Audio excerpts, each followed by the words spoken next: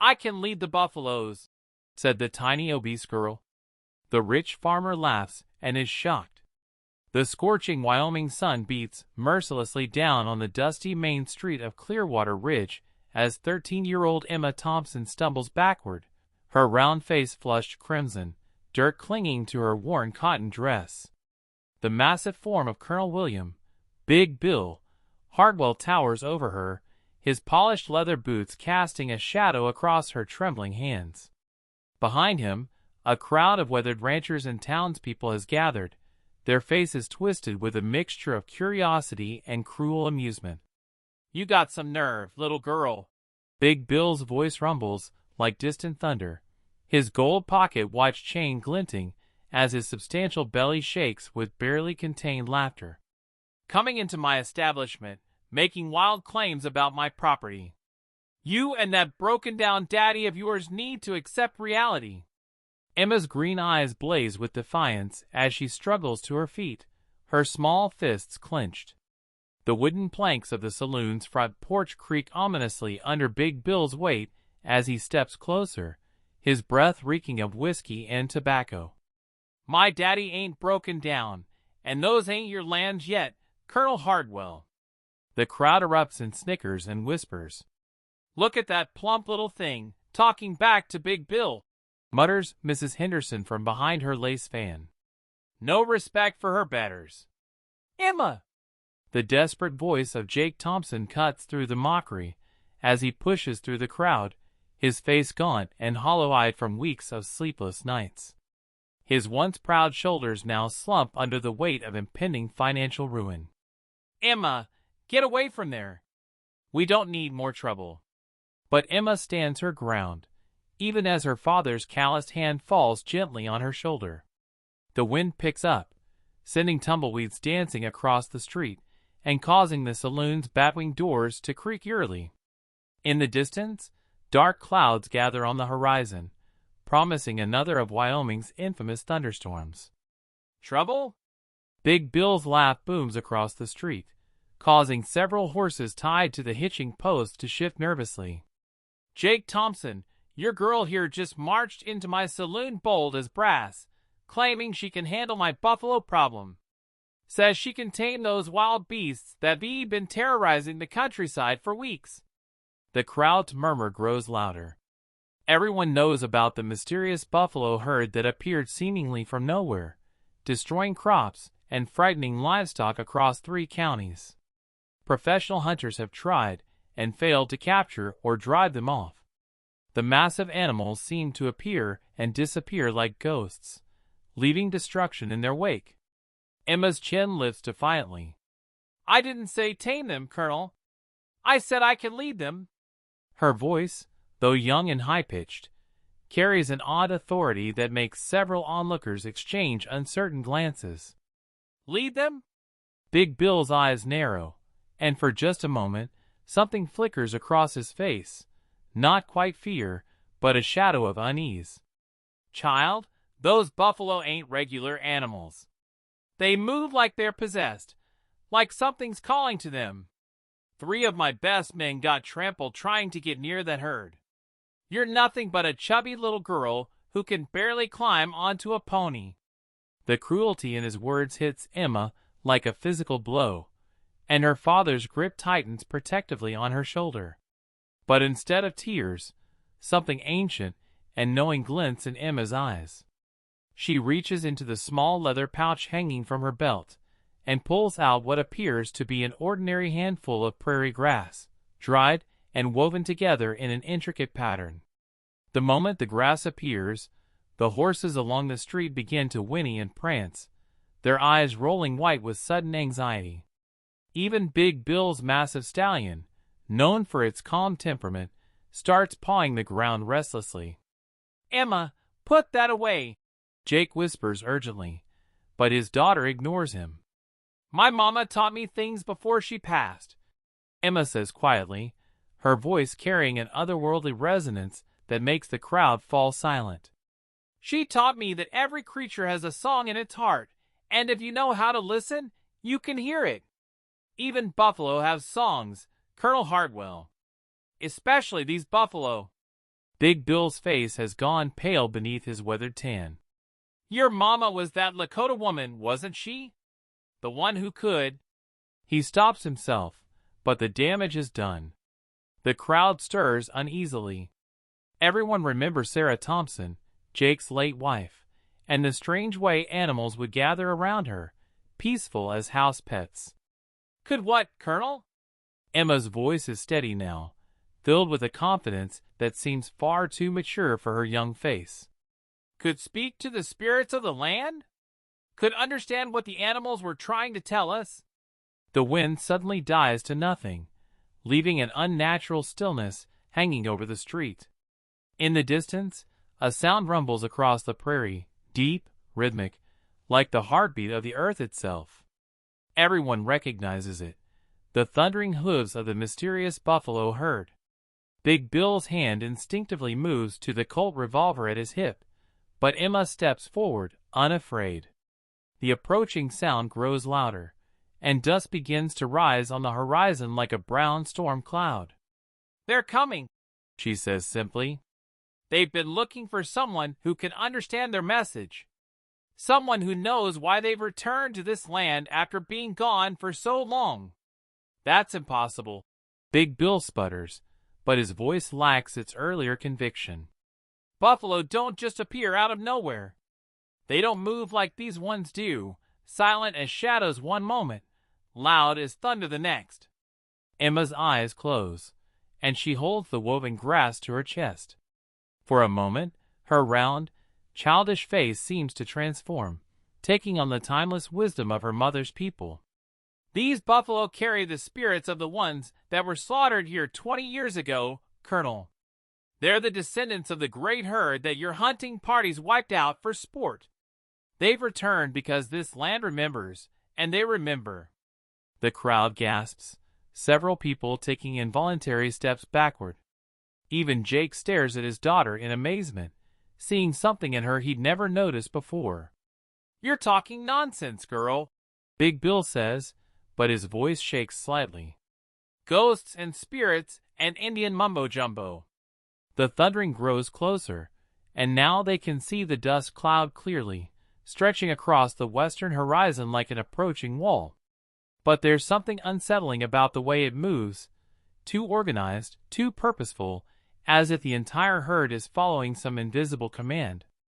Emma opens her eyes, and they seem to glow with an inner light. If it's nonsense, Colonel Hartwell, then why are your hands shaking? Why is your horse trying to bolt? Animals don't lie the way people do. They feel the truth in their bones. Big Bill looks down at his hands and realizes Emma is right. They're trembling uncontrollably. His magnificent stallion is now pulling against its reins, desperate to flee from whatever approaches. I'll prove it to you, Emma says, her voice cutting through the growing rumble of hooves. I'll show you I can lead them. But when I do, you'll honor our agreement. You'll give my daddy the fair price for our land that you promised, and you'll stop trying to cheat families out of their homes. And if you can't? Big Bill's voice is hoarse now, barely audible over the approaching thunder. Emma's smile is mysterious, ancient beyond her years. Then you can have our land for free. But you'll also have to explain to everyone why the buffalo only listened to a chubby little girl and not the great Colonel William Hartwell. The dust cloud is almost upon them now, and through the swirling dirt and debris, shapes begin to emerge. Massive, shaggy forms moving with impossible coordination, their eyes glowing like amber stars in the gathering darkness. At the front of the herd runs the largest buffalo anyone has ever seen, its horns spanning wider than a man's outstretched arms, its coat so dark it seems to absorb light itself. Big Bill stumbles backward, his face now ashen. This ain't natural, he whispers. Emma steps forward, directly into the path of the charging herd, and raises the woven grass above her head. The approaching buffaloes seem to slow, their thunderous charge becoming a controlled advance, and their wild eyes fixed directly on the small, determined figure standing in their way. Natural or not, Emma says, her voice somehow carrying over the sound of hundreds of hooves. "They're here, and they're listening." The lead buffalo comes to a stop just 20 feet from where Emma stands, its massive head lowered as if in recognition. The rest of the herd spreads out behind it, creating a living wall of muscle and fur that stretches across the entire width of the street. Not a single person in the crowd moves or speaks, transfixed by the impossible sight before them. Emma walks slowly toward the great bull, her small frame dwarfed by its immense size. When she reaches out her hand, the animal lowers its head further, allowing her to place her palm against its forehead. A visible shudder runs through the entire herd, and for just a moment, the air itself seems to shimmer with otherworldly energy. "Hello, old friend," Emma whispers, and though her words are barely audible, somehow everyone hears them clearly. "I know why you come home. I know what you need." She turns back toward the crowd, her hand still resting on the buffalo's massive head. Big Bill stands frozen, his mouth agape, his earlier arrogance completely evaporated. The other townspeople stare in a mixture of awe and terror. "The question is, Colonel Hartwell," Emma says, her young voice now carrying the authority of generations, "are you ready to learn what these spirits have been trying to tell you? Or are you still going to laugh at the tiny obese girl who claims she can lead the buffalo?" The great bull raises its head and looks directly at Big Bill, its ancient eyes holding intelligence far beyond that of any ordinary animal. In that gaze, the colonel sees something that makes his blood run cold: judgment, patience, and a promise of consequences that stretches far beyond anything his money or power can protect him from. As the first drops of the approaching storm begin to fall, mixing the dust in the street into mud, Emma Thompson stands at the center of an impossible scene, a small, determined figure who has somehow called forth the spirits of the wild frontier itself. And in the distance, thunder rolls across the prairie, though everyone present knows it's not just the sound of the approaching storm they're hearing. The rain begins in earnest now, fat droplets splashing against the dusty street and turning the earth beneath hundreds of buffalo hooves into a muddy quagmire. Emma Thompson remains motionless, her small hand pressed against the massive bull's forehead, while the entire herd stands in perfect formation behind their leader. The silence is so complete that the only sounds are the gentle patter of rain and the soft breathing of the great beasts. Big Bill Hartwell's face has drained of all color, his usual bluster replaced by something approaching reverence. He watches in stunned disbelief as Emma begins to whisper in a language he doesn't recognize, her words flowing like water over stones, musical and ancient. The buffalo responds with a low, rumbling sound that seems to come from deep within its chest, and the entire herd echoes the call in perfect harmony. "Sweet Jesus," breathes Doc Morrison from the crowd, his medical bag forgotten in his trembling hands. "I've lived in these territories for 30 years, and I ain't never seen nothing like this." Emma's father Jake stands transfixed, tears mixing with rainwater on his weathered cheeks. "Sarah," he whispers, seeing his late wife's spirit alive in his daughter's movements. "She's got Sarah's gift." The young girl steps back from the buffalo and turns to face the assembled crowd, her green eyes now holding depths that seem far older than her 13 years. Water drips from her dark hair, plastering it to her round face, but she stands with the dignity of a queen addressing her subjects. "This land remembers everything," Emma says, her voice carrying clearly despite the rain. "Every drop of blood spilled, every life taken, every promise broken. These buffalo are the children and grandchildren of the great herd that once roamed free across these plains.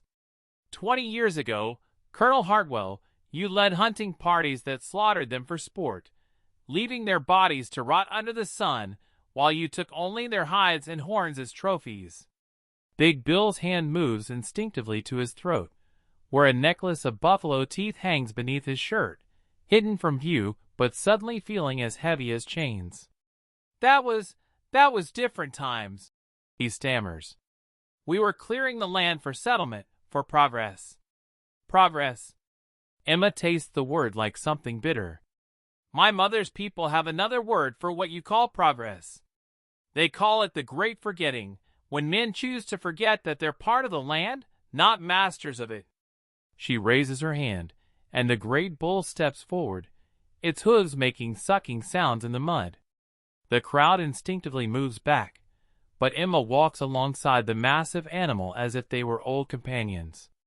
These buffalo have been wandering for 20 years, lost and angry, their spirits unable to rest because their deaths were without honor, without purpose. They've been appearing and disappearing across the territories, searching for someone who could hear their pain and help them find peace. Lightning flashes overhead, illuminating the strange tableau, and in that brief moment of brilliant white light, several people in the crowd swear they see not just buffalo, but the ghostly figures of Lakota warriors riding among them, their faces painted for war, their eyes burning with righteous fury. Big Bill stumbles backward, his boots slipping in the mud. "This is witchcraft," he gasps. "Devil's work." Emma's laugh is sharp as breaking glass. "Is it devil's work to remember the dead, Colonel? Is it evil to honor the creatures whose sacrifice should have fed hungry families instead of decorating your study walls?" She gestures toward the buffalo, and they begin to move in a slow, stately procession around the perimeter of the town square. Their movement is hypnotic, ceremonial, and as they pass, several of the horses tied to hitching posts whicker softly and bow their heads in what looks disturbingly like respect. "I can lead them," Emma continues, walking in the center of the great circle. "I can guide them to the sacred grounds where their ancestors rest, where their spirits can finally find peace. But first, there must be an accounting." The word hangs in the air like a sword. Big Bill's breathing becomes labored, and sweat mixes with rainwater on his face despite the cooling temperature. "What kind of accounting?" he whispers. Emma stops walking and fixes him with a stare that seems to pierce straight through to his soul. "The land my father owns, the land you're trying to steal from us for a fraction of its worth, sits on the bones of the great herd. It's sacred ground, Colonel, and these spirits won't rest until it's protected properly." "Protected how?" Big Bill's voice is barely audible now. "My father will keep the land at the fair price he originally asked. But more than that, it will become a sanctuary, a place where the remaining buffalo can roam free, where they can remember what it means to live without fear of men with guns and greed in their hearts." The great bull comes to a stop directly in front of Big Bill, lowering its massive head until its dark eyes are level with the colonel's face. Big Bill stares into those ancient orbs and sees reflected there every buffalo he ever killed, every shot he fired in sport rather than necessity, every trophy he mounted on his walls while families went hungry. "I can't," he stammers. "The money, the investments, the other ranchers would never understand." Emma's voice becomes soft, almost gentle, but underneath it runs a current of iron.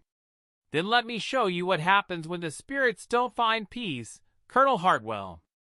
Let me show you what 20 years of wandering and rage can do to the land itself." She closes her eyes and begins to hum, a low, throaty sound that seems to come from the earth beneath their feet. The buffalo join in, their voices creating a harmony that makes the very air vibrate. The rain intensifies, but instead of random droplets, it begins to fall in patterns, creating rivulets in the mud that form symbols and shapes no white man present can interpret. The temperature drops suddenly, dramatically, and frost begins to form on the wooden buildings despite the rain. The horses panic, rearing and screaming, their eyes rolling white with terror. Several townspeople cry out and flee toward the dubious shelter of doorways and porches. In the growing darkness, shapes begin to materialize in the swirling rain and mist. Tall figures on horseback, their faces obscured but their intent unmistakable. The ghosts of Lakota warriors, led by a woman whose face bears an unmistakable resemblance to Emma's, despite the war paint and the fierce expression. "Sarah," Jake breathes, reaching toward the apparition of his dead wife. The ghostly woman turns toward him, and for a moment her expression softens with love and sorrow. But then she looks at Big Bill, and her face becomes a mask of judgment. "This is your choice, Colonel," Emma says, her voice now seeming to come from everywhere at once. "Honor the agreement and help us create the sanctuary, or face the consequences of 20 years of dishonor dead." The spirits begin to circle faster, and the wind picks up, howling through the streets like the voices of the damned. Windows rattle in their frames, and several of the weaker buildings begin to shake ominously. Big Bill falls to his knees in the mud, his expensive clothes ruined, his pride shattered. "Stop," he pleads. "Please make it stop. I'll do whatever you want.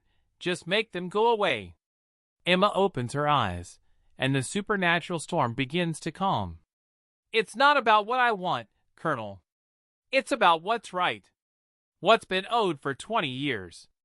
She walks over to where he kneels and extends her small, muddy hand to help him up. Big Bill stares at it in amazement, then slowly reaches out and accepts her assistance. As their hands touch, a shock runs through both of them, and for a moment, Big Bill sees the world through Emma's eyes, through the eyes of someone who understands that every living thing is connected, that every action has consequences that ripple through time. "I see it," he whispers, tears streaming down his face. "God help me, I see what we've done." Emma nods solemnly. "Then you understand why it has to be made right." Big Bill struggles to his feet, his legs shaking. He looks around at the crowd of townspeople, all of whom are staring at him with a mixture of fear and expectation. Then he looks at the buffalo, still standing in their perfect circle, waiting for his decision. "The Thompson land," he says, his voice growing stronger with each word. "Jake, you keep it at the price you asked, and we'll work together to make it a sanctuary, a place where these spirits can rest." The great bull lifts its head and lets out a long, mournful call that echoes across the prairie. One by one, the other buffalo join in, their voices creating a song of such haunting beauty that several people in the crowd begin to weep openly.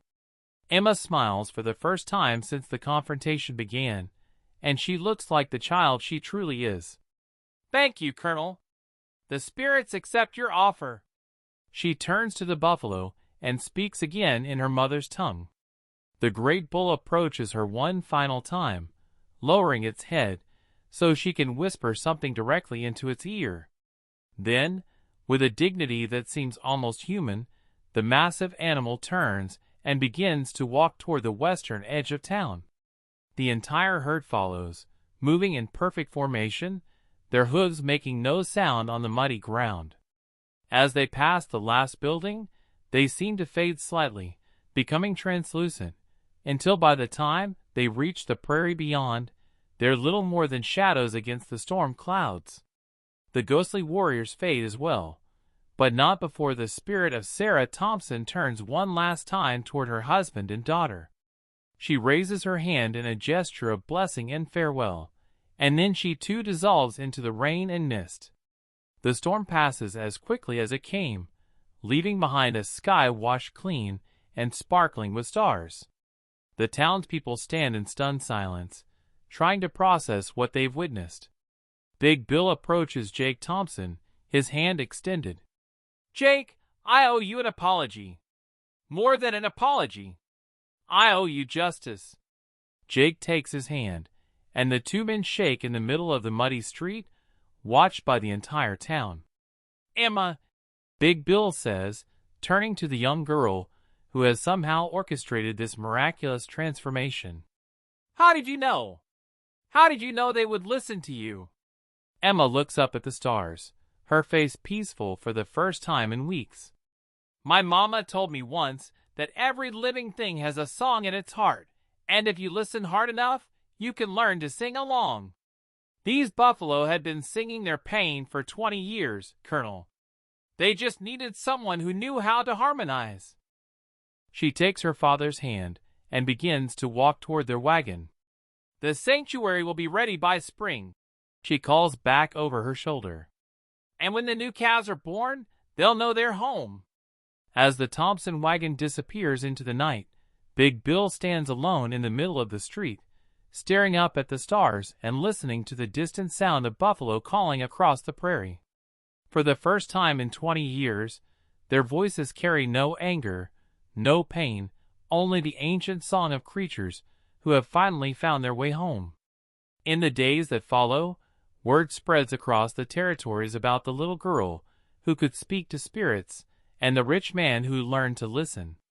The Thompson Sanctuary becomes a place of pilgrimage, where people come to witness the miracle of buffalo roaming free and to remember that some promises, once broken, can still be mended.